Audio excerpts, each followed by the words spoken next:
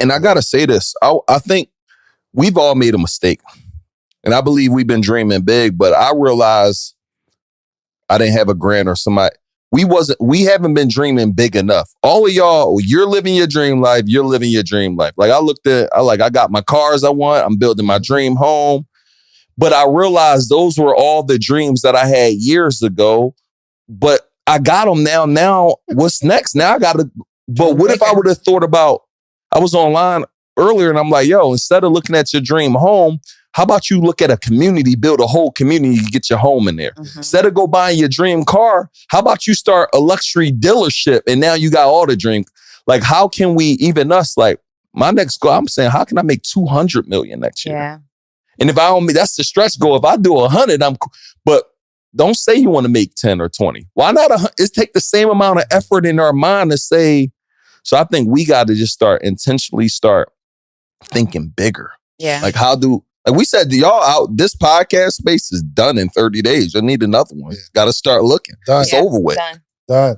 Yo, he said, just the way he's thinking, he said, 4% of the people who come to a webinar are coming to buy the offer up front. So he said he was talking to this person that does these webinars. He's like, yo, you got to do this 90-minute webinar. And do you make the offer at the end? He's like, yo, let's just make it in the beginning. He's like, no, you can't do it that way. He's like, no, let's just make it at the beginning. Some people are just come. Yo, he said, the people who have the time to sit on a 90-hour webinar or like a 5-day challenge, they're not qualified to take the offer anyway. Like the people who have the time don't have the money. But the people who have the money is like, yo, just tell me what it is. I know I need help. Let me just pay it. I don't got 5 days to wait. The next challenge I do, I'm going to make the offer up front. Then I give you the information. I make the offer the next day.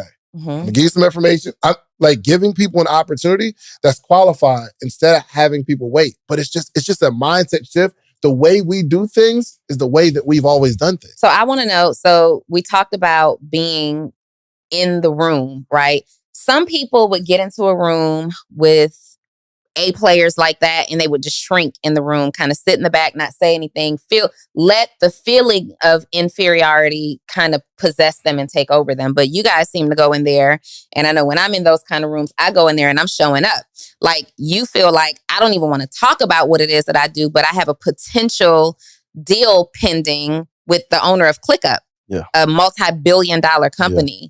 He's like the marketer, but he's a founder. So I don't want to say if y'all like, he's one of the founders. One of the founders of ClickUp. Yeah. How do you stand out in a space like that? Like, how do you stand out and make people say, it doesn't matter that you're the smallest guy financially in this room. Yeah. I want to work. I figured it out. You got to understand this is the key. You got to, no matter a billionaire, everybody needs something. Yeah. For sure.